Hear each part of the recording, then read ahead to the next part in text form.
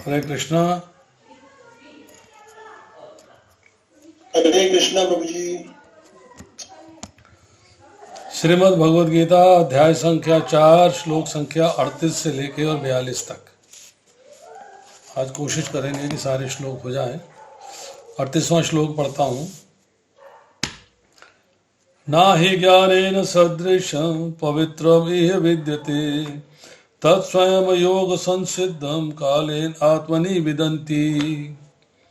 इस संसार में दिव्य ज्ञान के समान कुछ भी उदात्त तथा शुद्ध नहीं है। ऐसा ज्ञान समस्त योग का परिपक्व फल है।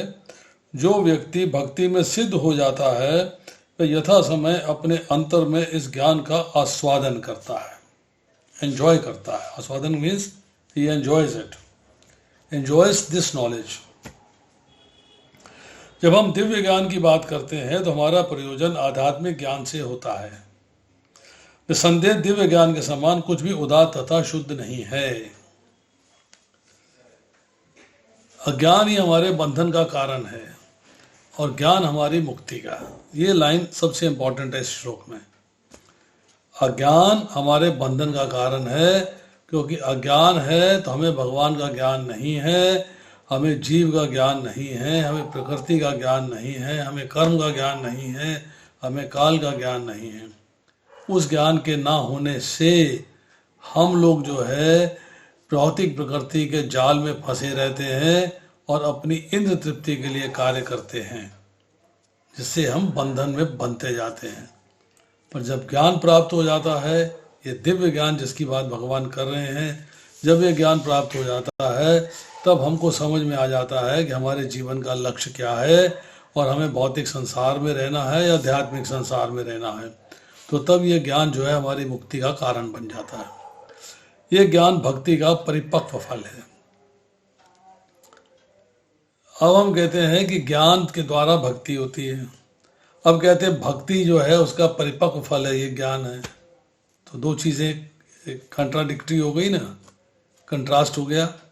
स्टेटमेंट जो है उसमें कॉन्ट्राडिक्शन आ गई कि ये ठीक है या वो ठीक है। अब इसको हमें समझना है। समझना क्या है कि ज्ञान भक्ति का परिपक्व फल है। तो पहले हम समझते हैं कि जब ज्ञान की प्राप्ति होती है फिर व्यक्ति जो है उसके बाद हौले हौले आगे बढ़ते बढ़ते भक्ति योग में जाता है। जब भक्ति योग में चला जाता है, भक्ति योग में फिक्स हो जाता है, उसके बाद उससे जो फल की प्राप्ति होती है वो ये ज्ञान है कि मेरा लक्ष्य क्या है, मुझे भगवान के धाम जाना है। ये एक दूसरे से कनेक्टेड है। कैसे? जैसे बीज से बरगद बनता है, बरगद से बीज बनता है, फिर बीज से बरगद बनता है, फिर बरगद से बीज बनता है। दोनों को अलग नहीं किया जा सकता। जब कोई दिव्य ज्ञान की अवस्था प्राप्त कर लेता है तो उसे अन्यत्र शांति खोजने की आवश्यकता नहीं रहती, क्योंकि वह मन ही मन शांति का आनंद लेता है।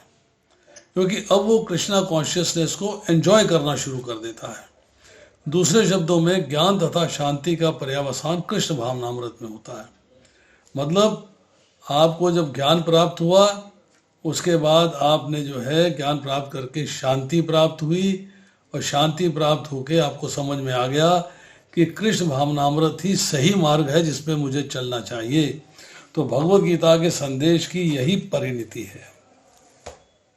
अब देखिए, अब हम थोड़ी सी चर्चा करते हैं कि इस संसार में ज्ञान के समान पवित्र करने वाला और कुछ नहीं है। पवित्रम इह विद्यते। इसका अर्थ क्या है? इसका अर्थ ये है कि इस संसार के अंदर आप यज्ञ करिए, दान दीजिए, तपस्या करिए, सेवा पूजा करिए, व्रत उपवास करिए, प्राणायाम करिए, इंद्रियों का दमन करिए, मन को कंट्रोल में करिए, जप ध्यान करिए। जितने भी साधन हैं, जितने भी तीर्थ हैं, तीर्थ भी और साधन भी, ये आपके पापों का नाश करने वाले, उसको पवित्र करने वाले, आपको पवित्र करने वाले। परंतु इनमें से कोई भी इस दिव्य ज्ञान की बराबरी नहीं कर सकता। यही कहा भक्ति योग का परिपक्व फल दिव्य ज्ञान है। बराबरी नहीं कर सकता। क्यों? कि ये सारे जो है इस तत्व ज्ञान के साधन हैं। तत्व का मतलब है ट्रुथ, रियलिटी, ये इस तत्व ज्ञान के साधन हैं और ज्ञान उनका फल है, अर्थात साध्य है, एम है, लक्ष्य है ज्ञान को प्राप्त करना।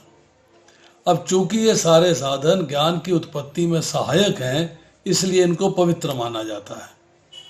परंतु जब व्यक्ति भगवान के स्वरूप को, सगुण और साकार स्वरूप को भली भांति जान लेता है, समझ लेता है, उस स्वरूप के ऊपर मनन करता है, तब उसके अंदर झूठ, कपट, चोरी इत्यादि जो है सब भाव समाप्त हो जाते हैं।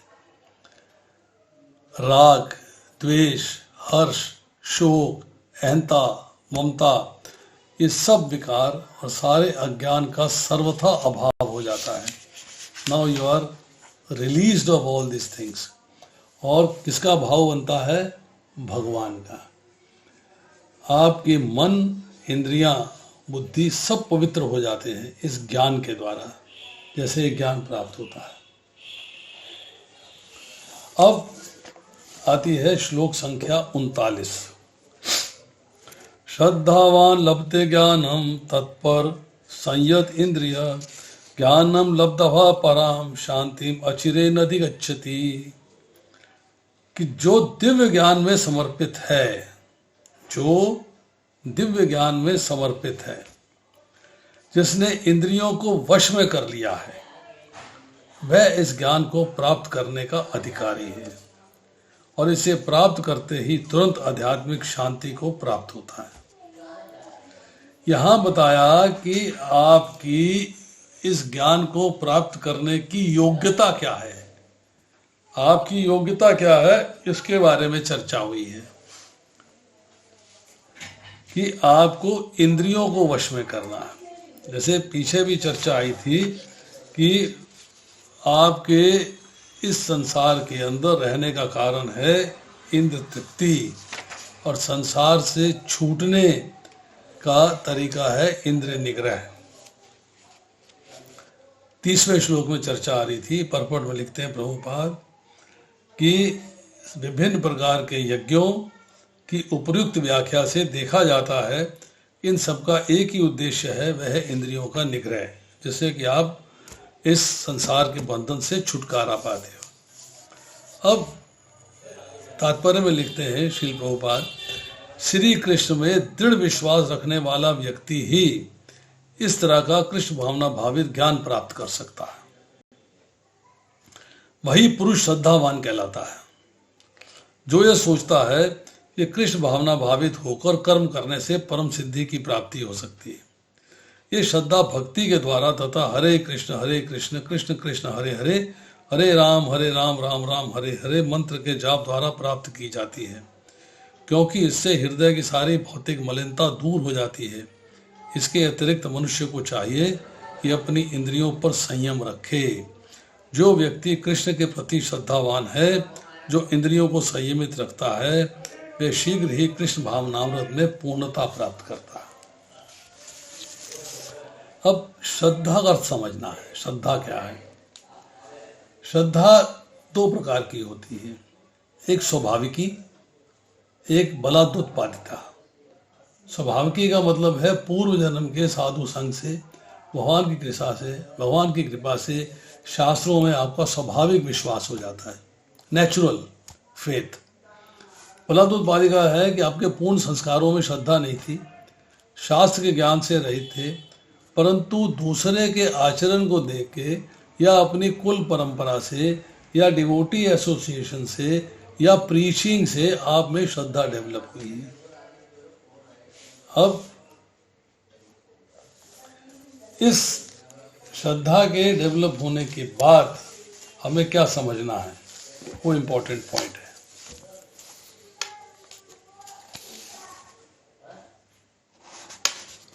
वेद, शास्त्र और वैष्णवगण, उनके वचनों में तथा परलोक के ज्ञान प्राप्त करने में जो विश्वास पैदा होता है, उसमें जो उत्तमता की भावना आती है, उसका नाम श्रद्धा है।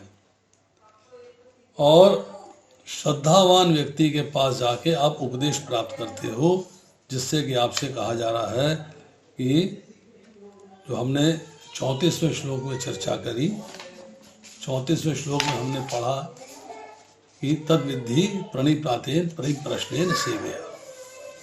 अब देखिए, अब जब आपकी श्रद्धा हो जाती है, श्रद्धा डेवलप हो गई, फेथ हो गया किसी चीज में, अब उसमें क्या होता है कि उसके द्वारा जो आप लक्ष्य की प्राप्ति करना चाहते हैं, उसके लिए जो साधन करते हैं, उसमें तत्परता आ जाती है, एक्टिवनेस आ जाती है, फास्टनेस आ जाती है, यस करना। ये तत्परता ही श्रद्धा की कसौटी है। अब जब श्रद्धा की कमी होगी तो सुस्ती आ जाएगी, काम करने का मन नहीं करेगा, छोड़ो जी क्या करना है, रहने दो। तो आलस्य और अकर्मण्यता के दोष आ जाते हैं। वास्तव में बात क्या है कि साधन में जितनी श्रद्धा होती है उतनी ही एक्टिविटी होती है, उतनी ही तत्परता होती है, उतना ही फास्टनेस होता है। जैसे एक मनुष्य है, उसका धन में प्रेम है, कोई व्यापार करता है, उसके व्यापार में फायदा होता है तो उसमें तत्पर हो जाता है, और करता है और करता है और करता है और करता है। जब आप कृष्ण भावना भावित बनोगे, आपको उसमें आनंद आना शुरू हो जाएगा, आपको लक्ष्य का पता लग जाएगा, आप उसके लिए साधन और करोगे और करोगे और करोगे। अब इसी को समझना है हमें यहाँ पर कि श्रद्धा में तत्परता होनी चाहिए। और कब होती है?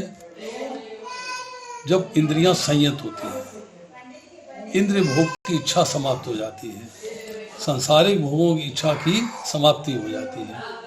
अगर इंद्रियां संयत नहीं हैं, इंद्रियां भटक रही हैं, तो आपकी साधन में एक्टिविटी कम हो जाएगी, तत्परता कम हो जाएगी। कि अगर इंद्रियां विषयों से आकर्षित हो जाती हैं, तब भी आपके साधन में कमी आ जाएगी। अब जब तक साधन में आप एक्टिव नहीं होंगे, आप साधन ठीक से नहीं करेंगे, जो मतलब आपके डेली एक्टिविटीज़ हैं उनको ठीक से नहीं करेंगे, तब तक श्रद्धा भी पूरी डेवलप नहीं होगी। ये भी दोनों एक दूसरे से कनेक्टेड है। जैसे मैंने पहले एग्जांपल दिया, बरगद से बीज, बीज से बरगद, फिर बरगद से बीज, फिर बीज से बरगद। जब श्रद्धा पूरी नहीं होती है तो तत्व रियलिटी का अनुभव ठीक से नहीं हो पाता, आप उसको अनुभव नहीं कर पाते, ये प्रॉब्लम आ जाती है। अब आती है श्लोक संख्या 40। अज्ञ च श्रद्धान च संशय आत्मा विनश्यति, न अयं लोकास्ति न परः न सुखम संशय आत्मनः। किंतु जो अज्ञानी तथा श्रद्धाहीन व्यक्ति शास्त्रों में संदेह करते हैं, वे ईश्वर भावनामृत को नहीं प्राप्त करते, अपितु नीचे गिर जाते हैं और संशय आत्मा के लिए ना तो इस लोक में ना ही परलोक में कोई सुख है। जिसको डाउट्स हैं, जो फेथ नहीं डेवलप कर पा रहा है, अश्रद्धालु है, तो भगवत गीता सभी प्रमाणित तथा मान्य शास्त्रों में सर्वोत्तम है। जो लोग पशु तुल्य हैं, उनमें न तो प्रमाणिक शास्त्रों के प्रति कोई श्रद्धा है और न उसका ज्ञान होता है। और कुछ लोगों को यद्यपि इसका ज्ञान होता है तो उनमें से वे उद्धरण देते रहते हैं, किंतु उनमें वास्तविक विश्वास नहीं होता। कुछ लोग जिनमें भगवत गीता जैसे शास्त्रों में श्रद्धा होती भी है, तो वे न तो भगवान कृष्ण में विश्वास करते हैं और न ही उनकी पूजा करते हैं। आप पार्शियल श्रद्धा है, हाँ भगवान की श्रद्धा है, मान लिया मैंने, भगवान को मानता हूँ, मेरी भगवान है बड़ी श्रद्धा, पर भगवान का कहना तो मानूं, कहना अपना मानूंगा, कहना भगवान का नहीं मानूंगा। ये प्रॉब्लम है कि उनकी शास्त्रों में श्रद्धा तो है, परंतु कृष्ण की बात में विश्वास नहीं, उनकी ठीक से पूजा नहीं करते हैं, पूजा करते ही नहीं। ऐसे लोगों को कृष्ण भावनामृत का कोई ज्ञान नहीं होता, वे नीचे गिरते हैं। उपयुक्त सभी कोटों के व्यक्तियों में जो श्रद्धालु नहीं है, वो सदैव संशयग्रस्त रहते हैं, हर चीज में डाउट करते हैं, हर चीज में उनके मन के अंदर जो है हर चीज के अंदर डाउट रहता है। क्योंकि फेथ नहीं है, श्रद्धा नहीं है, उनमें सत्य और असत्य, आत्म और अनात्मा के जो डिफरेंसेस हैं उसको एनालाइज नहीं कर पाते हैं। कर्तव्य क्या है, अकर्तव्य क्या है, सत्य क्या है, असत्य क्या है, सार क्या है, निसार क्या है, इसका निर्णय नहीं कर पाते, इसका डिसीजन नहीं ले पाते। तो ऐसे जो विवेक रहित, ज्ञान रहित मनुष्य हैं, उनके बारे में आता है अज्ञ। जैसे शब्द अज्ञ इस्तेमाल होता है, अज्ञ अश्रद्धानो, अज्ञ शब्द उनके लिए जो अज्ञान में है, जो अज्ञान में है उनके लिए अज्ञ शब्द इस्तेमाल हुआ है। अब आगे लिखते हैं प्रभुपाद, जो लोग ईश्वर तथा उनके वचनों में श्रद्धा नहीं रखते, उन्हें न तो इस संसार में न भावी लोक में कोई हाथ लगता है, उन्हें कहीं भी सुख की प्राप्ति नहीं होती।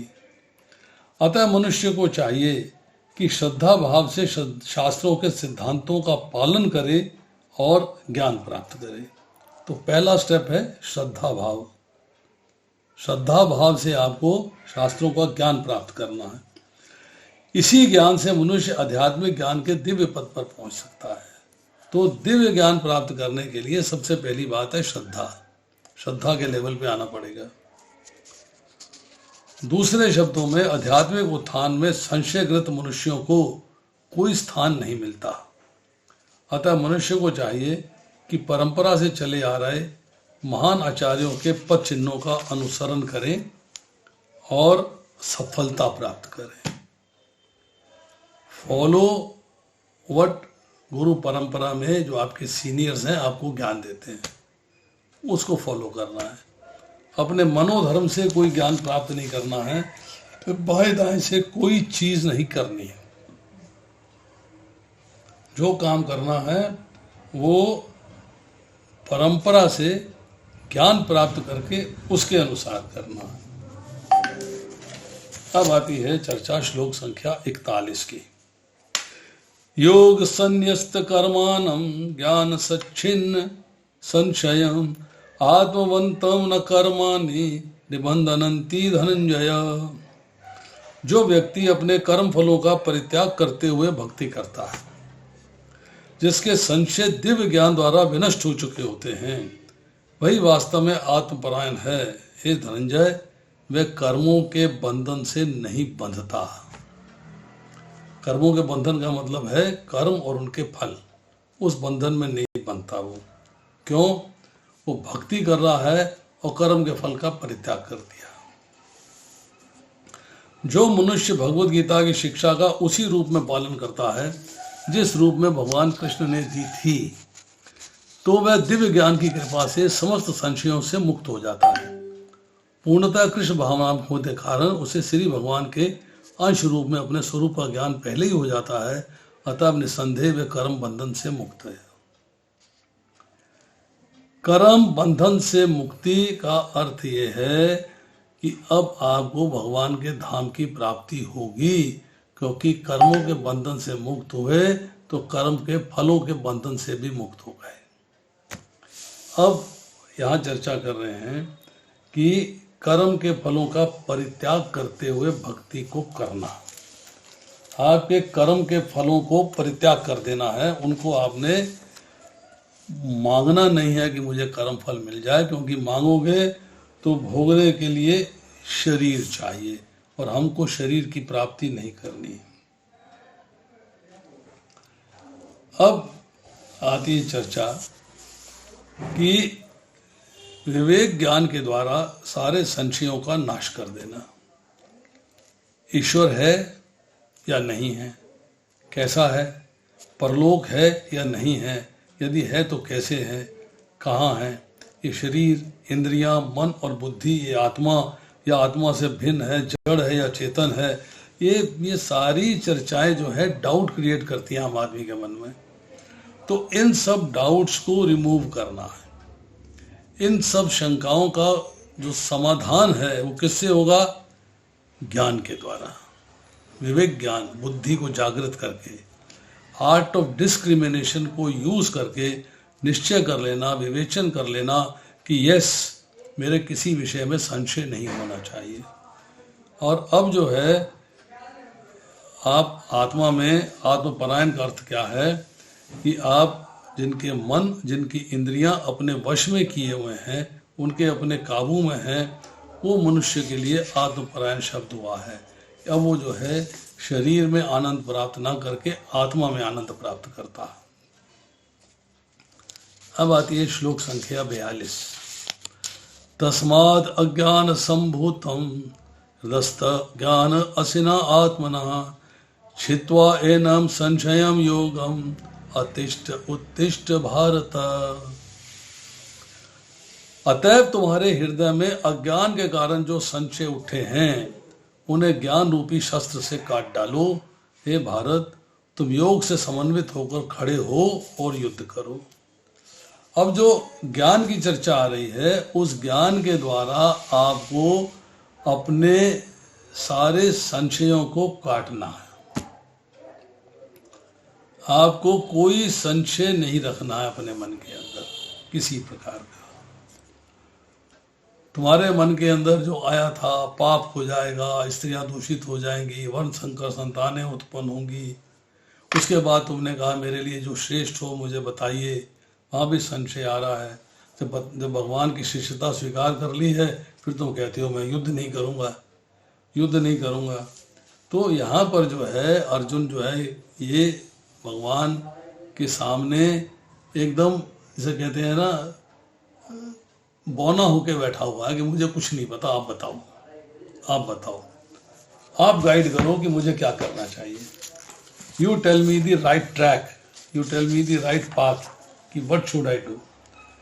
तो भगवान जो है उसको कहते हैं कि इसका तरीका एक ही है, एक ही तरीका है कि तुम्हारे मन के अंदर, तुम्हारे हृदय में जो डाउट्स आ रहे हैं, जो संशय आ रहे हैं, अज्ञान के कारण, अज्ञान के कारण, तुम उन संशयों को मिटाओ। किससे? ज्ञान से। कौन सा ज्ञान? इस दिव्य ज्ञान से। ये जो ज्ञान मैं तुम्हें दे रहा हूं, इससे जो है उन संशयों को काट डालो, उन संशयों को समाप्त कर दो। अब इसके तात्पर्य में श्री भोपाल लिखते हैं, इस अध्याय में जिस योग पद्धति का उपदेश हुआ है वह सनातन योग अर्थात जीवात्मा की नित्य क्रिया कहलाती है। सनातन मीन्स था, है और रहेगा।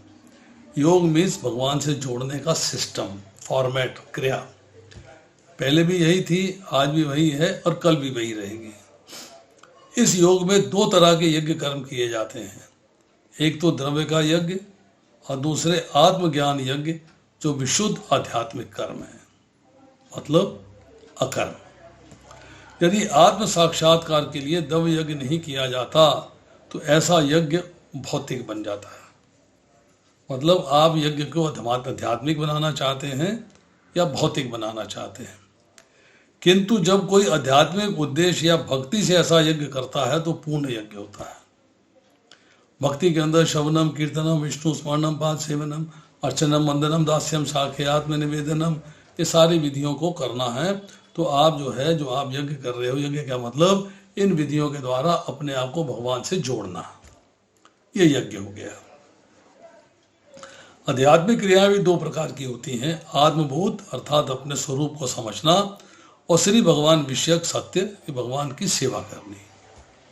जो भगवत गीता के मार्ग का पालन करता है, जो ज्ञान की इन दोनों श्रेणियों को समझ सकता है, अपने बारे में भी समझ सकता है, अपना स्वरूप भी समझ सकता है, और भगवान की सेवा कैसे करनी है ये भी समझ सकता है। दोनों चीज़ों का ज्ञान प्राप्त होता है। उसके लिए भगवान के अंश स्वरूप आत्मज्ञान को प्राप्त करने में कोई कठिनाई नहीं होती। ऐसा ज्ञान लाभप्रद है क्योंकि ऐसा व्यक्ति भगवान के दिव्य कार्यकलापों को समझ सकता है कि भगवान ने कहा जन्म कर्म च में दिव्यम, मेरे जन्म और मेरे कर्म दोनों दिव्य हैं। उनको समझ सकता है क्योंकि वो कृष्ण भावनामृत में आ गया है और भगवान को उसने समझना आरंभ कर दिया है। इस अध्याय के प्रारंभ में स्वयं भगवान ने अपने दिव्य कार्यकलापों का वर्णन किया है। जो व्यक्ति गीता के उपदेशों को नहीं समझता वह श्रद्धा विहीन है, और जो भगवान द्वारा उपदेश देने पर भी भगवान के सच्चिदानंद स्वरूप को नहीं समझ सकता वो निपट मूर्ख है। भगवान का दिव्य ज्ञान दिया जा, भगवान द्वारा दिव्य ज्ञान दिया जा रहा है, अब दिव्य ज्ञान को समझते नहीं, उसको रिफ्यूट कर देते हो, रिफ्यूज कर देते हो, उसको एक्सेप्ट नहीं करते हो, तो आप निपट मूर्ख हो। कृष्ण भावनामृत के सिद्धांतों को स्वीकार करके अज्ञान को क्रमशः दूर किया जा सकता है। यह कृष्ण भावनामृत विविध देव यज्ञ, ब्रह्म यज्ञ, ब्रह्मचर्य यज्ञ, गृहस्थ यज्ञ, इंद्रिय संयम यज्ञ, योग साधना यज्ञ, तपस्या यज्ञ, द्रव्य यज्ञ, स्वाध्याय यज्ञ, वर्णाश्रम धर्म में भाग लेकर जागृत किया जा सकता है। यहाँ प्रभुपाद ने सब प्रकार के यज्ञों का नाम लिख दिया कि आप देवताओं का यज्ञ करते हो, आप ब्रह्म यज्ञ करते हो, आप ब्रह्मचर्य यज्ञ करते हो, आप गृहस्थ यज्ञ करते हो, इंद्र संयम यज्ञ करते हो, योग साधना यज्ञ करते हो। तो इन सब यज्ञों को करके आप जो है कृष्ण भावनामृत को जागृत करते हो। ये सब यज्ञ कहलाते हैं। ये सब वे नियमित कर्म पे आधारित हैं, किंतु इन सब कार्यकलापों के भीतर सबसे महत्वपूर्ण कारक आत्म साक्षात्कार है, अपने बारे में और भगवान के बारे में जानना।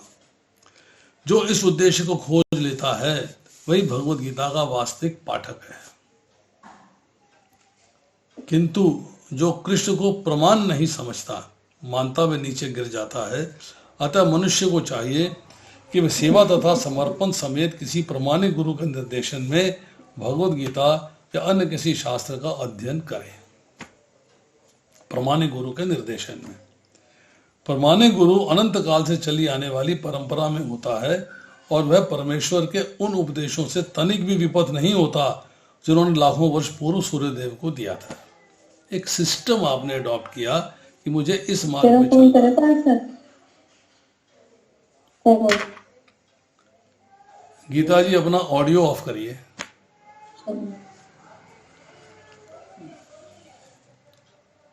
अतः गीता में ही व्यक्त भगवत गीता के पथ का अनुसरण करना चाहिए और उन लोगों से सावधान रहना चाहिए जो आत्मशलाघावश अन्यों को वास्तविक पथ से विपथ करते हैं।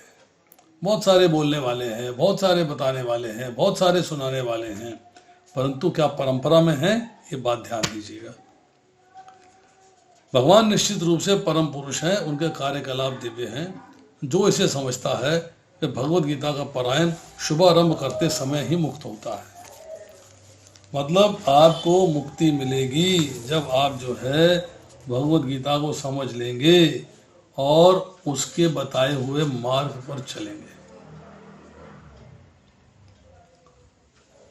अब हम कहें कि संसार में रात और दिन हम अनेक कर्म करते हैं, पर उन कर्मों में राग और द्वेष न होने से हम संसार में उन कर्मों से बंधते नहीं, अपितु निर्लिप्त बने रहते हैं।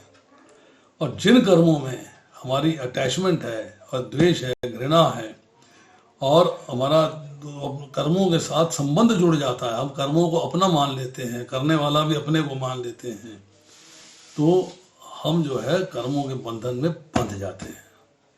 इस बात को समझना है। अब आज इतना ही, शेष फिर अगर किसी का कोई प्रश्न है तो पूछ सकता है। एक बात मैं यहाँ पे और इस सारे प्रकरण में बता देना चाहता हूँ, उसको समझ लेना है। बड़ी एक इम्पोर्टेंट लाइन है जिसको हम समझते हैं कि अगर कर्म और फल की आसक्ति है, अगर कर्म और फल की आसक्ति है तो भगवान से योग का अनुभव नहीं हो पाता। अनुभव प्रकृति का रहता है। परंतु नेचुरल पोजीशन क्या होनी चाहिए? नेचुरल पोजीशन है कि आपका कर्मों से और भौतिक सृष्टि से संबंध विच्छेद होना चाहिए, क्योंकि कर्म आपके टेम्पोरेरी है, आदि और अंत वाले हैं। कर्म फल भी टेम्पोरेरी हैं, आदि और अंत वाले हैं, परंतु आत्मा नित्य है। आत्मा अनित्य नहीं है, आत्मा नित्य है, इटर्नल है। अब अनित्य कर्म जो हमने किए उनसे नित्य आत्मा को क्या मिल सकता है? भोगने को योनि मिलेगी और कुछ नहीं मिलेगा।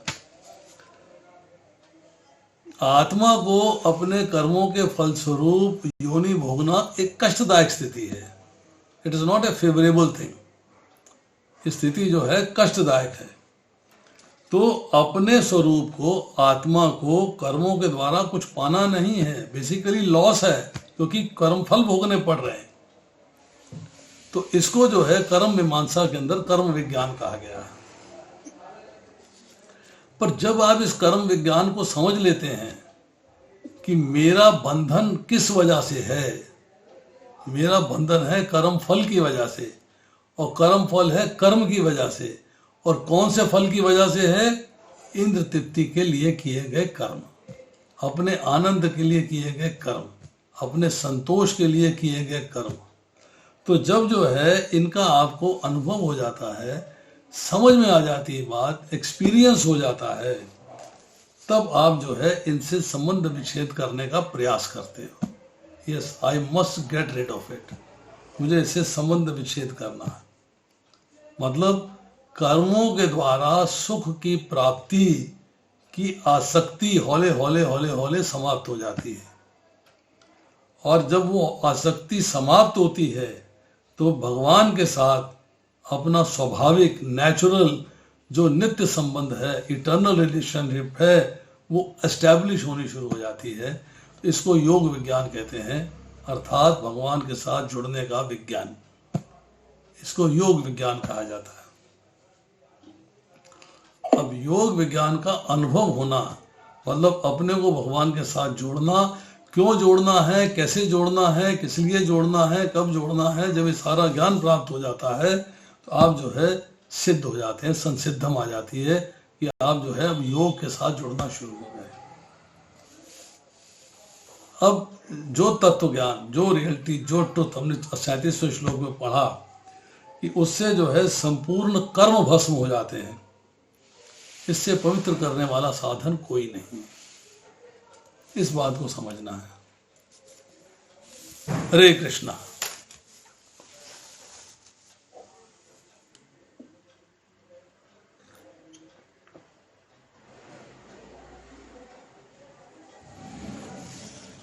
हरे कृष्णा प्रभु जी। यस माता जी बोलिए। प्रभु जी, श्लोक नंबर 42 के तात्पर्य में थर्ड लाइन में है, यदि आत्म साक्षात्कार के लिए द्रव्य यज्ञ नहीं किया जाता तो यज्ञ भौतिक बन जाता है, किंतु जब कोई आध्यात्मिक उद्देश्य या भक्ति से ऐसा यज्ञ करता है तो वो पूर्ण यज्ञ होता है। ये थोड़ा क्लियर नहीं हुआ प्रभु जी। श्लोक संख्या 42 42 पुरानी बात है ये।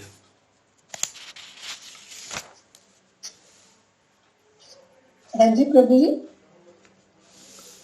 32वें श्लोक की बात नहीं, 42 की 42 आज वाला श्लोक जो लास्ट श्लोक हमने किया है, 42वां श्लोक। हाँ जी हाँ जी। हाँ। इसके तात्पर्य की थर्ड लाइन में है, यदि आत्म साक्षात्कार के लिए द्रव्य यज्ञ नहीं किया जाता तो ऐसा यज्ञ भौतिक बन जाता है, किंतु जब कोई आध्यात्मिक उद्देश्य या भक्ति से ऐसा यज्ञ करता है तो वह पूर्ण यज्ञ होता है। ये थोड़ा क्लियर नहीं हुआ पॉइंट मुझे। ये क्लैरिटी नहीं आई आपको। हाँ जी हाँ जी हाँ जी। देखिए, जितने भी, अगर आप इसके पीछे वाले श्लोक में जाएंगे 33वें में, 33वां श्लोक पढ़िएगा। द्रव्य यज्ञ से ज्ञान यज्ञ श्रेष्ठ है। हाँ जी।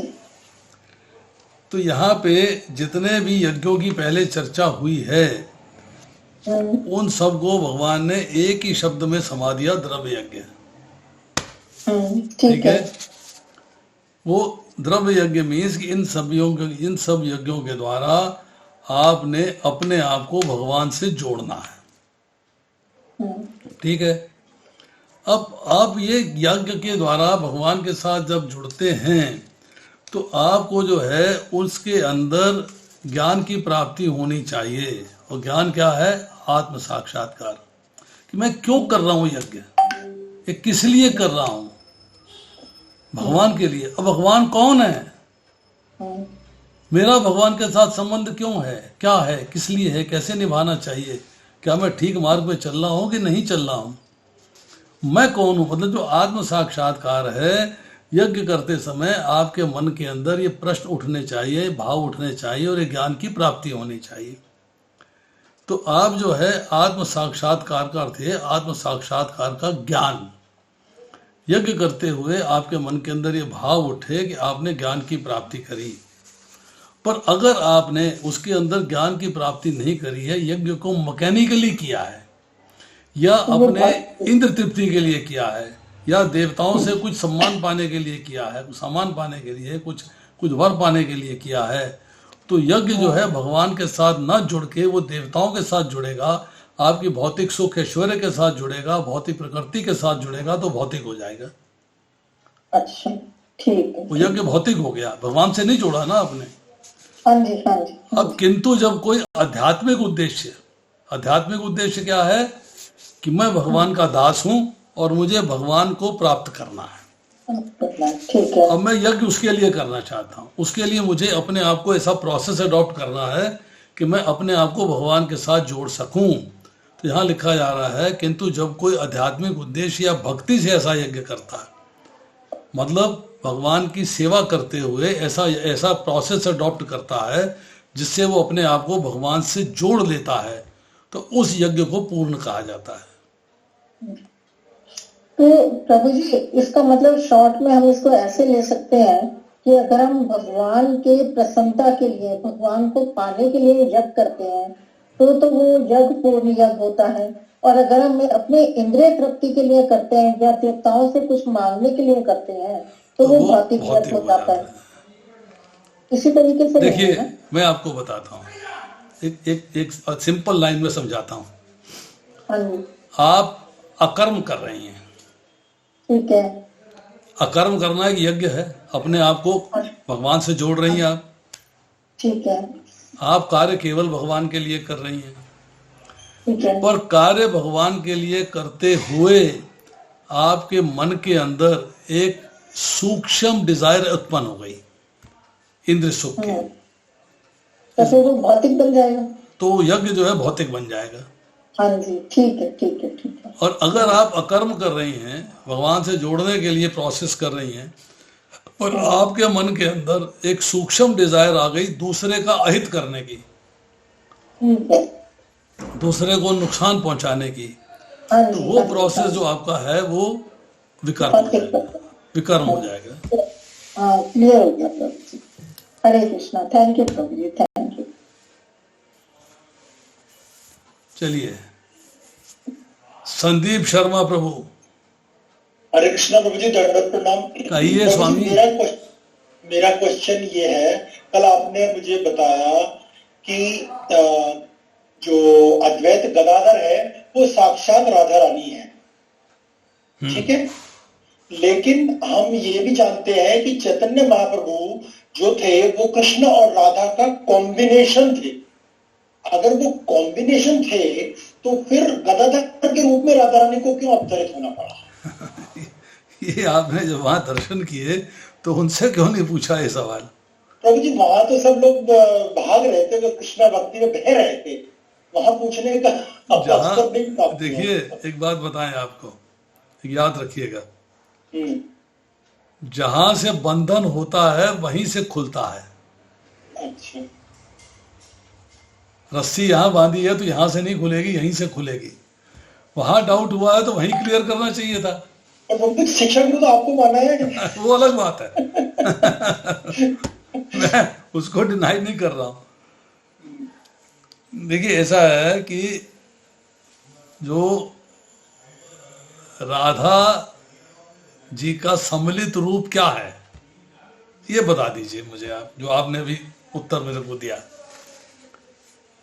राधा जी का सम्मिलित रूप क्या है? राधा जब चैतन्य महाप्रभु की बात करते हैं तो सम्मिलित रूप तो ये लिखा है कि 15th century Indian Hinduism said who is considered to be the combined avatar of Radha and Krishna by his disciples and various scriptures. सम्मिलित रूप मतलब combined avatar of Radha and Krishna. Combined अवतार की परिभाषा क्या बताई उन्होंने? कि जैसे हम बेसिकली शिव जी को देखते हैं, कई बार शिव जी की मूर्ति ऐसी होती है कि आधे शिव जी दिखते हैं, आधे पार्वती दिखते हैं। तो आपको चैतन्य महाप्रभु की जो डीटी हैं उसमें आधी राधा दिखाई देती क्या? नहीं प्रभु जी। क्यों नहीं दिखाई देती? इसका भाव लेकर आया ना, राधा जी का भाव है। सुना क्या कहा माता जी ने? उनको उनका पोस्ट से लगता है ना, पोस्टर। राधा जी का भगवान भाव और राधा जी का रूप भगवान लेकर कृष्ण आया। जो हैं, भगवान कृष्ण, अब सुनिए आप, अभी टाइम है हमारे पास। भगवान के जो द्वापर में लीला हुई है उसमें भगवान के अंदर 3 अतृप्त कामनाएं थी। 3 डिजायर्स वर अनफुलफिल्ड। उसमें इसके बारे में आप जानते हैं जो 3 डिजायर्स की मैं बात कर रहा हूं? नहीं जानता। Do you know that? नहीं जानते हैं आप? 3 डिजायर्स वर अनफुलफिल्ड।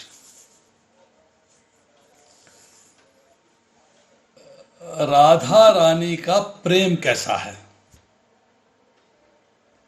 पहली डिजायर। दूसरी डिजायर,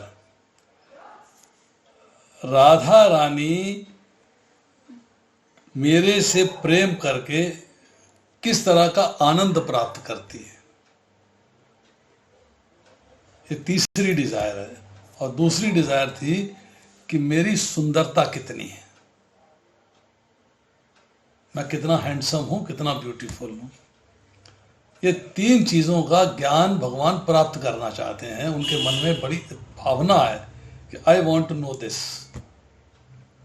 अब डिटेल्ड हैं, बहुत सारी डिटेल स्टोरी है, चैतन्य चरितामृत पढ़ेंगे तो आपको पता लगेगा सारा। एक एक लाइन में बता देता हूं। राधा रानी का प्रेम कैसा है? आंसर एक ही है, राधा बनो और देख लो। राधा बनो और देख लो प्रेम कैसा है। जो वो राधा बन गए। ठीक। मेरी सुंदरता कितनी है? सुंदरता का अंदाजा जो है लग सकता है प्रेमी के हृदय में।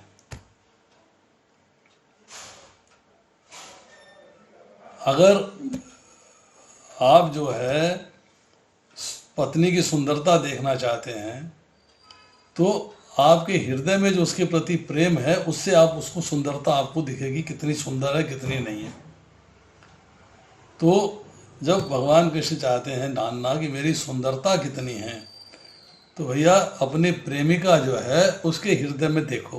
प्रेमिका कौन है? राधा रानी। तो राधा रानी बन के देखो कि मैं कितना सुंदर हूं। अब मेरी सुंदरता से राधा रानी का जो प्रेम है उससे राधा रानी को कितने आनंद की प्राप्ति होती है, उस आनंद का अनुभव करना है तो राधा बन के देख लो। मैंने तुमसे पूछा, तुम मायापुर गए थे? हाँ। तुमने वहां लंच प्रसाद किया? रसगुल्ला मिला था? कितना मीठा था? बहुत मीठा था। ये कितना था? इतना था, इतना था, इतना था, इतना था, इतना था, इतना था, इतना था। कितना मीठा था? नहीं बता सकते। आपका उत्तर क्या होगा? आपका उत्तर क्या होगा? प्रभु जी मायापुर जाओ और खा के देख लो।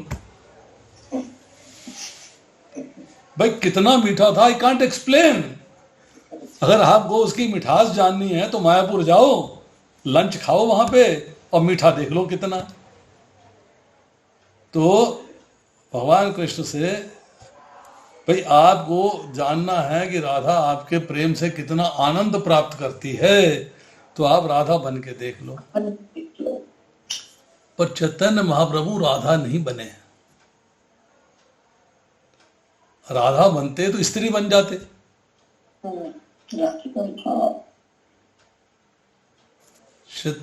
भगवान कृष्ण ने अपने आप को कृष्ण के रूप में अवतरित किया है, पर भाव राधा रानी के थे, इसीलिए उनको सम्मिलित स्वरूप कह दिया जाता है। वो आधे आधे नहीं थे कि आधे कृष्ण थे आधी राधा थी, चौथाई कृष्ण थे पौनी राधा थी, पौने कृष्ण थे चौथाई राधा थी, ऐसा नहीं है। कृष्ण है, स्वयं कृष्ण है, परंतु भाव राधा रानी का है। इसीलिए वहां पर जो है गदाधर पंडित जो है राधा जी का स्वरूप जो है गदाधर के रूप में प्रकट हुआ है, इसलिए वहां पे उपस्थित है। ठीक है प्रभु जी, क्लियर हो गया, थैंक यू। प्रभु जी एक प्रश्न और है, ये मेरे काफी टाइम से पेंडिंग बैकलॉग का प्रश्न है। मेरा प्रश्न ये है कि मीराबाई जो हुई है वो भी 15वीं शताब्दी में कृष्ण की बहुत बड़ी भक्त हुई है, और किसी भी स्क्रिप्चर में अब तक जो मैं आप जैसे सुनता हूँ और भी लोगों सुनता हूँ, कहीं पे भी मीराबाई का जिक्र क्यों नहीं आता?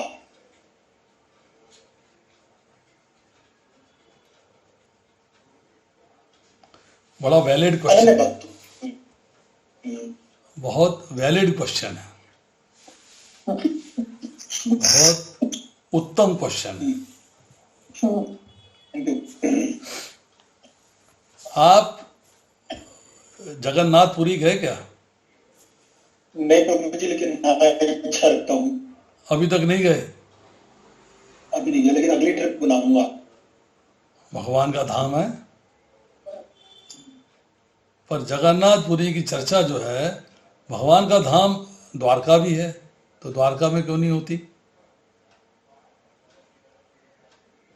द्वारका में द्वारकाधीश की चर्चा होती है, उड़ीसा में जगन्नाथपुरी की चर्चा होती है, बंगाल में चैतन्य महाप्रभु की चर्चा होती है, राधा कृष्ण की चर्चा होती है। ये समयानुसार जितने भी हमारे आचार्य हुए हैं अलग अलग पंथ से, अलग अलग संप्रदाय से, उन्होंने अलग अलग लोगों के बारे में चर्चा करी है। हमारा जो गौड़िया वैष्णव साहित्य है उसके अंदर आपको गौड़िया वैष्णवों की चर्चाएं मिलेंगी, पर जो गुजरात में भक्त हुए या महाराष्ट्र में भक्त हुए उनकी चर्चा नहीं मिलेगी। समझे जी आप? समझ गया। वहां पर जो भक्त हुए हैं उनकी चर्चा आपको नहीं मिलेगी, उनकी चर्चा उन प्रदेशों में मिलेगी। ये भक्ति मार्ग है, ये भक्ति मार्ग जहां पर उसका प्रबलता थी, जहां के भक्त थे वहीं की चर्चा होगी। वहां के वो भक्त नहीं हैं तो उनकी चर्चा इस देश में नहीं होगी। इसलिए मीराबाई की चर्चा आपको हमारे ग्रंथों में नहीं, वैष्णव ग्रंथों में, जो गौड़िया वैष्णव ग्रंथ हैं उसमें नहीं उल्लेख मिलता। 1-2 लाइनें 4 लाइनें मिलती हैं, पर उनमें आपको ज्यादा उल्लेख नहीं मिलेगा।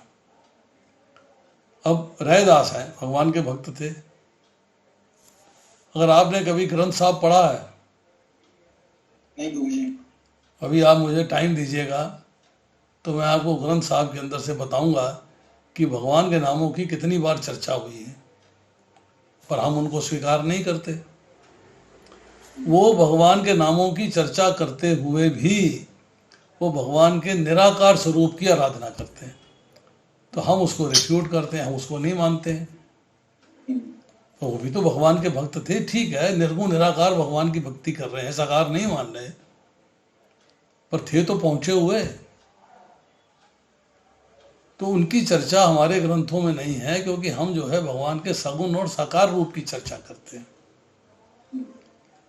अब वो लोग जो है सगुण साकार रूप की चर्चा नहीं करते। भगवान तो शंकराचार्य भी मानते हैं, परंतु निर्गुण निराकार मानते हैं, साकार नहीं मानते हैं। इसलिए उसमें कंफ्यूज नहीं होना है कि मीराबाई की चर्चा क्यों नहीं है, पीपा की चर्चा क्यों नहीं है, स्वामी तुलसीदास की चर्चा क्यों नहीं है, कबीरदास की चर्चा क्यों नहीं है। ये सब महान पुरुष हुए हैं, सिद्ध पुरुष हुए हैं, भगवान के भक्त हुए हैं, पर भगवान की भक्ति को अलग अलग लेवल में करते रहे हैं। इनका जो लेवल है, कोई निर्गुण निराकार की भक्ति कर रहा है, कोई सगुण साकार की भक्ति कर रहा है, अलग अलग लोगों से भक्ति कर रहे हैं। उसमें कुछ कंफ्यूज नहीं होना है। हमने एक ट्रैक पकड़ा है, हम उस ट्रैक पे चलते हैं बस। अब दूसरे ट्रैक पे क्या हो रहा है क्या नहीं हो रहा, हम उसकी चिंता नहीं करते।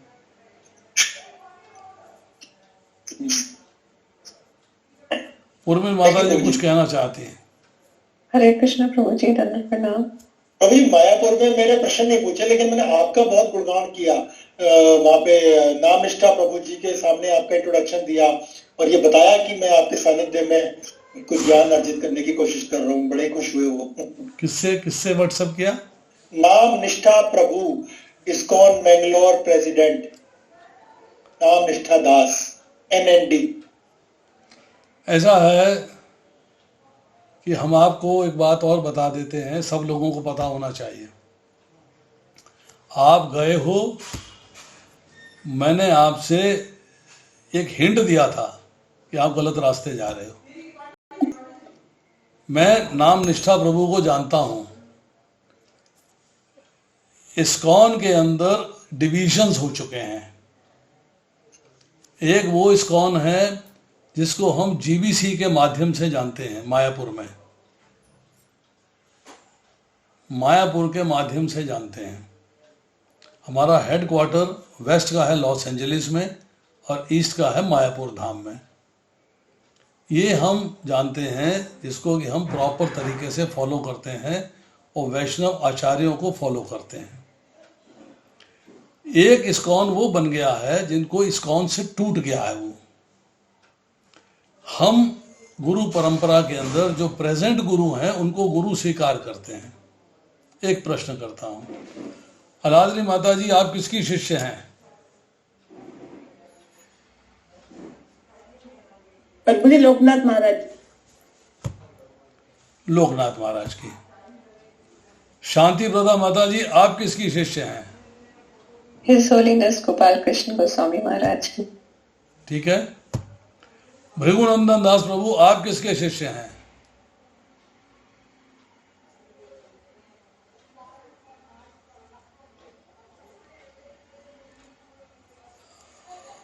आपने शिष्यता दीक्षा ली कि नहीं ली? भृगुनंदन सॉरी वो मेरा म्यूट नहीं हुआ था। मैं लोकनाथ स्वामी महाराज का शिष्य हूँ। ठीक है। अब जो ऋत्विक हैं,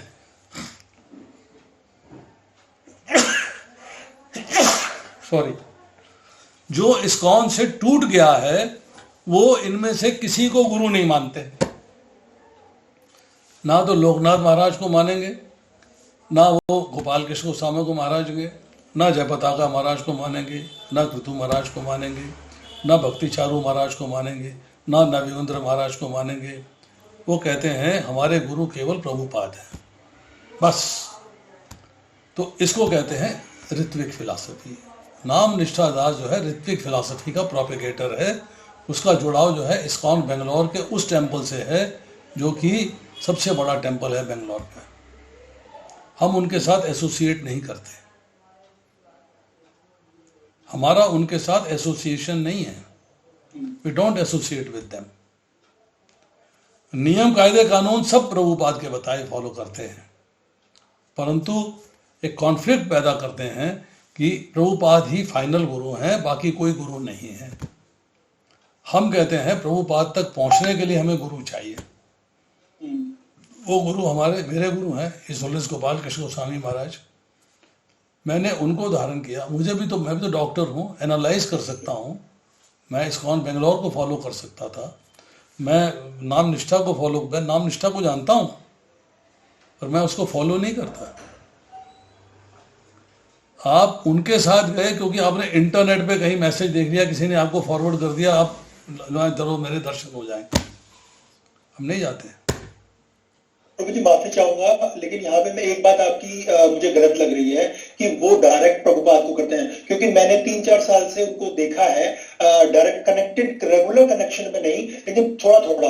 और मायापुर में भी देखा, वो जय पताका महाराज जी को अपना गुरु मानते हैं, और मेरे सामने उनसे एक बात पूछिएगा कि जय पताका महाराज को छोड़ क्यों दिया उन्होंने?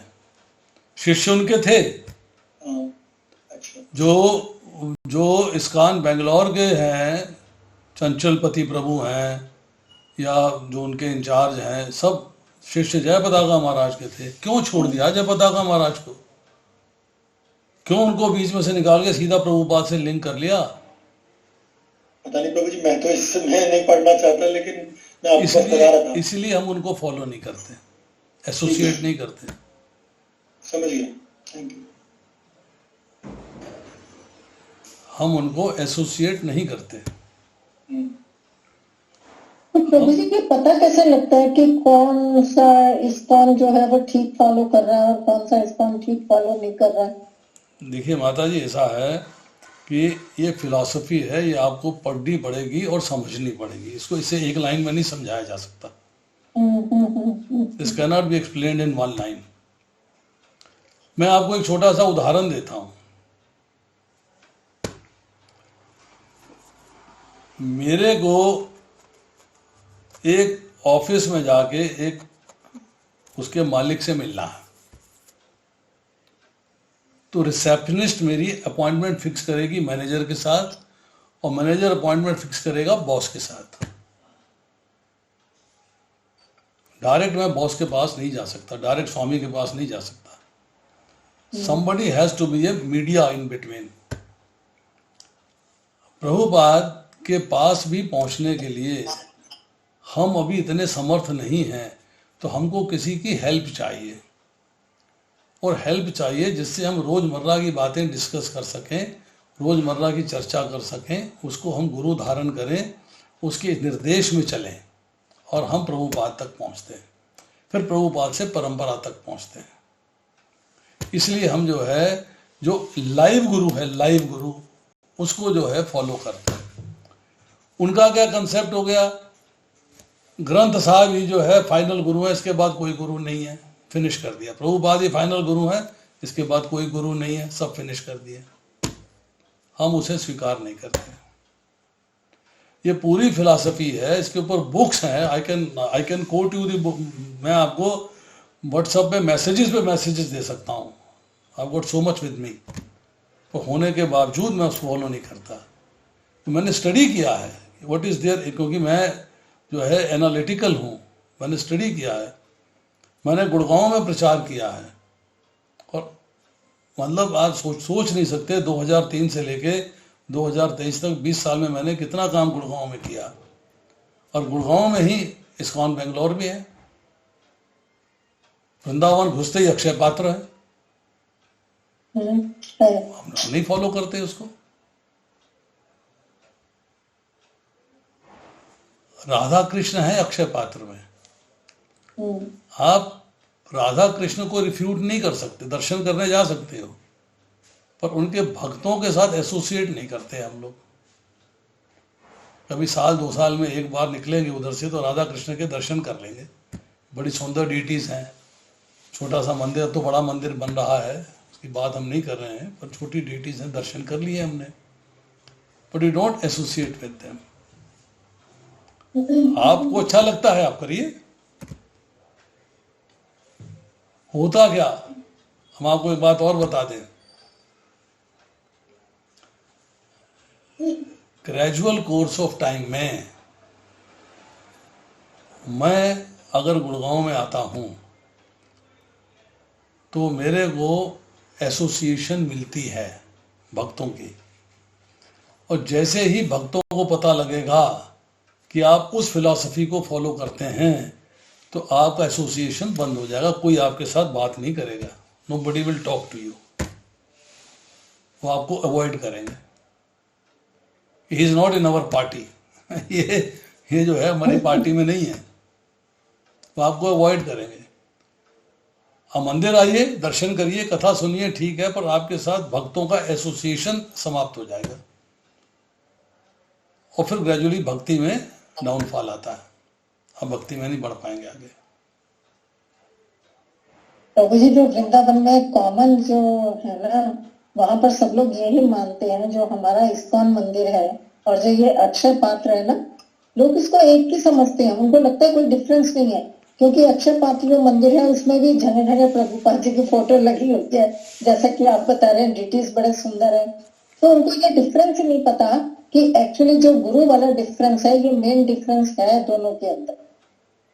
वैसे फूड फॉर लाइफ वो भी कर रहे हैं, जैसा अपना देखिए, इस्कॉन कर मैंने रहा है। आपको बताया तो आम फर्क पब्लिक जो है ना, फर्क एक आम ही है। पब्लिक बहुत पगलाई हुई है इस चक्कर में। फर्क एक ही है कि हम लोग जो है लाइव गुरु का संबंध स्थापित करना चाहते हैं, हाँ, और वो जो है लाइव गुरु को स्वीकार नहीं करते, वो केवल प्रभुपाद से संबंध स्थापित करना चाहते हैं।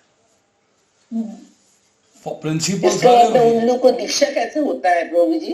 वो दीक्षा करते हैं, जो उनके प्रेसिडेंट हैं वो दीक्षा कराते हैं प्रभुपाद के बिहाफ पे। अब प्रभुपाद के बिहाफ पे दीक्षा करा रहे हैं, यहाँ गुरु खुद दीक्षा दे रहा है।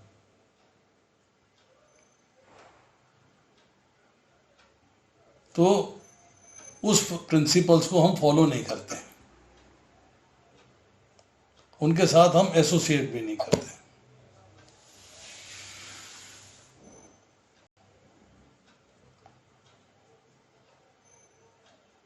होता क्या है कि जब आप उनको फॉलो करोगे तो आपका संबंध उनके साथ जुड़ जाएगा, आपका संबंध इस्कॉन के भक्तों के साथ हौले हौले खत्म होता चला जाएगा।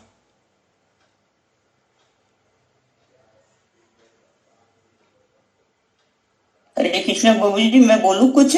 बोलिए माता जी।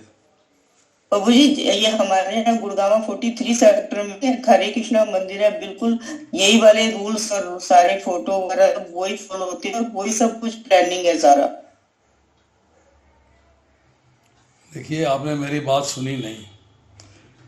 हाँ, सुनी मैंने। वो लोग प्रभुपाद को सीधा गुरु मानते हैं, मंगल आरती से लेके रात्रि तक के सारे कार्यक्रम सेम है।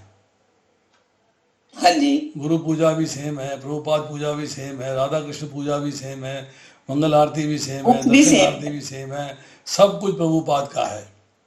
परंतु वो जो है, जो गुरु जीवित हैं, जैसे इनका है लोकनाथ महाराज, मेरे हैं गोपाल कृष्ण महाराज, उनको वो गुरु स्वीकार नहीं करते, उनको वो रिजेक्ट करते हैं। तो इसलिए हम कह रहे हैं प्रभुपाद के साथ हमारा संबंध हमारे गुरु के रास्ते, गुरु के माध्यम से है। तो हम जो है उनको गुरु स्वीकार करते हैं, हम जो है अपने गुरु के माध्यम से जाते हैं। अजो मोगा प्रभु, आप किसके शिष्य हो? वो 1-1.5 साल में ही आपको दीक्षा भी दे देते हैं। गोपाल कृष्ण गोस्वामी में ये जो भी शिष्य हैं, अब मान लीजिए मैं गुड़गांव की ही बात करता हूँ, अलादनी माता जी अगर जो है अपने 4 भक्तों को ढूंढना चाहें जो लोकनाथ महाराज के शिष्य हैं, तो उनको मिल जाएंगे। कोई 45 सेक्टर में होगा, 42 सेक्टर में होगा, वो 30 में होगा, 29 में होगा, कोई 4 में होगा, कोई 5 में, मतलब आसपास ढूंढने से मिल जाएंगे। संदीप प्रभु ढूंढेंगे तो उन्हें नहीं मिलेंगे, उन्हें नहीं मिलेंगे, क्योंकि वहां है नहीं ज्यादा। इक्का दुक्का को मिल गया तो मिल गया, और कोई मिलेगा नहीं। This is the problem. इसीलिए प्रभु जी मैं अब वृंदावन की यात्रा पे जा रहा हूँ इस्कॉन 45 वाले ग्रुप के साथ, ताकि मुझे भी शिष्य मिल जाए, मुझे भी अपने ग्रुप नहीं, देखिए प्रभु जी, 2 बातें बिल्कुल स्पष्ट हैं। हम तो बिल्कुल सीधी सी एक बात जानते हैं, है या नहीं है। आप दोगले नहीं हो सकते, मैं दोगला नहीं हो सकता, और नहीं होना चाहिए। Single side. अगर मैं जो हमारी प्रेजेंट वैष्णव परंपरा है उसके साथ जुड़ता हूं, तो मेरे को उस परंपरा के साथ रहना है, मुझे दूसरे की बात नहीं करनी है। अगर मैं उनसे जुड़ता हूं तो मुझे इनकी बात नहीं करनी है। ना मुझे भ्रम में रहना है, ना मुझे भ्रम फैलाना है। इस बात को बड़ा क्लियरली समझ लेना चाहिए। तुमको याद होगा जब तुम मायापुर जा रहे थे तब भी मैंने कहा था तुमको नहीं जाना चाहिए। मैंने पैसे जमा करा दिए वहाँ मेरे, मैं वहाँ मैंने कहा जाओ हो आओ भैया। फिर नॉर्मली क्या होता है, ये अलादनी माता जी बैठी हैं, भृगुनंदन प्रभु बैठे हैं, यहाँ अजय मोगा प्रभु बैठे हैं। अगर इनको यात्रा करने के लिए जाना है तो ये अपने मंदिर में पूछेंगे, कोई यात्रा का ट्रिप जा रहा है तो मैं साथ चलता हूँ। अपने मंदिर जहाँ वो जाते हैं, चाहे बादशाहपुर हो, चाहे वो दिल्ली का मंदिर हो, चाहे वो 45 सेक्टर का टेम्पल हो, उनसे पूछेंगे, उन भक्तों से चर्चा करेंगे, भाई कोई ट्रिप चले तो मुझे बता देना। वो इंटरनेट पे ट्रिप नहीं ढूंढेंगे। मैं आपको इंटरनेट के कम से कम 10 लोगों का बता सकता हूँ। वो इस्कॉन में रहते हुए अपने ट्रिप्स ऑर्गेनाइज करके रोटी चलाते हैं, उनका धंधा ही है। मैं आपको उनके मैसेज दे देता हूँ। वो वियतनाम लेके जा रहे हैं, लंका लेके जा रहे हैं, वो भौतिक ट्रिप भी है और आध्यात्मिक ट्रिप भी है, सब जगह लेके जाते हैं। वो बैंकॉक ले जाएंगे, सिंगापुर ले जाएंगे, बाली ले जाएंगे, सुमात्रा ले जाएंगे, हर जगह ले जाएंगे, हमारे मॉरिशस ले जाएंगे। उनका बिजनेस है वो। उन्होंने ट्रिप लेके जाना है। अब हम ट्रिप लेके क्यों जाते थे मैं आपको बताता हूँ। हम लोग इस्कॉन गुड़गांव से बहुत ट्रिप लेके गए, हम दिल्ली से बहुत ट्रिप लेके गए, पजाई बाग से बहुत ट्रिप लेके गए। क्यों? कि जो नए लोग आते हैं उनको भक्ति के साथ जोड़ने के लिए। जो हमारे पुराने लोग जुड़े हुए हैं, जो मेरे समय के जुड़े हुए हैं, जब मैं ट्रिप लेके जाया करता था तो मैं कथा किया करता था, मैं कथा करता था और ट्रिप में जाता था। तो वो जो हमारे साथ लोग जाते थे, आज वो इस्कॉन से जुड़े हुए हैं, भक्ति से जुड़े हुए हैं, दीक्षा प्राप्त कर चुके हैं, आनंद की प्राप्ति होती है। अगर उनके साथ ट्रिप पे जाना है तो फिर आप उनके ग्रुप में हो गए, जाइए, ऑब्जेक्शन थोड़ा हमें कोई ऑब्जेक्शन नहीं है, आप उनके ग्रुप में जाइए, यू आर मोस्ट वेलकम। है तो भगवान की भक्ति ही, वहां भी भक्ति है, यहाँ भी भक्ति है। पर एसोसिएशन आपको किन डिवोटीज के साथ करना है ये देखना है बस। राधा कृष्ण वहां भी है, राधा कृष्ण यहाँ भी है, प्रभुपाद वहां भी है, प्रभुपाद यहाँ भी है। पर आप परंपरा में क्या फॉलो करोगे, कैसे फॉलो करोगे, ये आपको देखना है। You have to see that. प्रभु जी मेरा प्रश्न है। हाँ जी, चलो मायापुर तो मैं चला गया, इस अनभिज्ञ था इस बात से कि इस्कॉन में 2 डिवीजन है, जो डायरेक्टली प्रभुपाद को मानते हैं, ये आपसे मेरे को आज पता चला। अब मैं बेसिकली एक नया जॉब मिला है, मैं पूना जा रहा हूँ 2 हफ्ते बाद। तो पूना रहकर बेसिकली मैं आप ही से जुड़ा रहूंगा और इसी नॉर्थ वाले ग्रुप से जुड़ा रहूंगा, लेकिन वहां पे भी कोई इस तरह का मतलब वो है, डिवीजन है? क्योंकि मैंने 2-3 दिन पहले ही गोपाल कृष्ण स्वामी जी को वहां पर देखा था, ये दामोदर लीला के बारे में लेक्चर देते हुए। तो वो जो संप्रदाय है जो पूना पे चलाता है, कार्य करता है, वो कौन सी पद्धति वाला, इस्कॉन पद्धति वाला ग्रुप है? कौन था वहां पे? गोपाल कृष्ण स्वामी थे, गोपाल कृष्ण जी जो जो आपके गुरु हैं, उनको देखा। हाँ, तो क्या प्रॉब्लम आई इससे? तो मैं कह रहा हूँ कि अगर मैं पूना जाता हूँ, वहां के मंदिरों में बेसिकली वहां से रिलेटेड जो ट्रिप होगी उनमें अगर सम्मिलित होने शुरू कर देता हूँ, तो वो कौन सी पद्धति है? वो नाम निष्ठा वाली है या आपके वाली पद्धति? देखिए, ऐसा है, भगवान के दर्शन करने के लिए कोई मना नहीं कर सकता। ये तो है नहीं कि पहले इंटरव्यू लेके आप 45 सेक्टर जाते हो, आपको दर्शन करने आते हो, वो इंटरव्यू लेता आपका? नहीं, कोई नहीं इंटरव्यू लेता है। वो मर्जी आए, भगवान के दर्शन खुले हैं, एनीबडी कैन कम। हर प्रकार का व्यक्ति जाता है, उसमें कोई ऑब्जेक्शन नहीं है। ऑब्जेक्शन सिर्फ ये है कि हम लोग जो है किस परंपरा को फॉलो करेंगे, किन डिवोटीज के साथ एसोसिएट करेंगे, हमारा वो कार्य है बस। हमें अपना एसोसिएशन चाहिए, हम किसके साथ एसोसिएट कर रहे हैं, हमें ये बात चाहिए। ठीक है, आपका मन उनके से एसोसिएट कर रहे हैं करता, आप जरूर करिए, हम आपको रोकते थोड़ा है। But gradual course of time में लोग आपको अवॉइड करना शुरू कर देंगे। ये हमारी पार्टी का नहीं है भाई, ये दूसरी पार्टी का है, तो मत जाओ।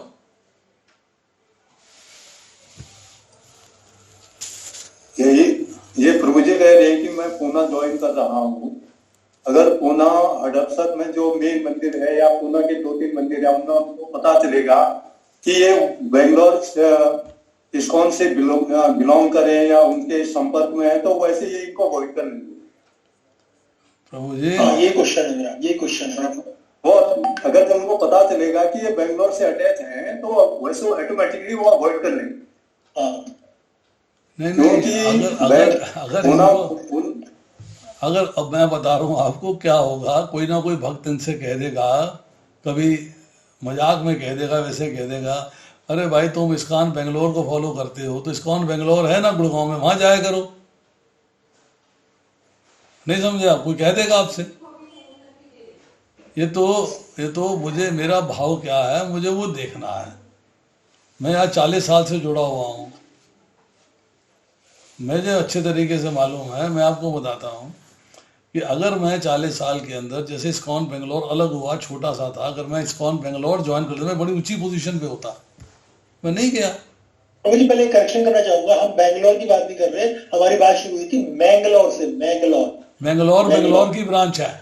अच्छा, ओके, ठीक है। फिर मेन इस्कॉन की ब्रांच दिल्ली में भी है, नोएडा में भी है, बादशाहपुर में भी है, 45 सेक्टर में भी है, बहादुरगढ़ में भी है, पानीपत में भी है, मेरठ में भी है, सोनीपत में भी है, बक्सर में भी है, हर जगह इस्कॉन की ब्रांचेस हैं।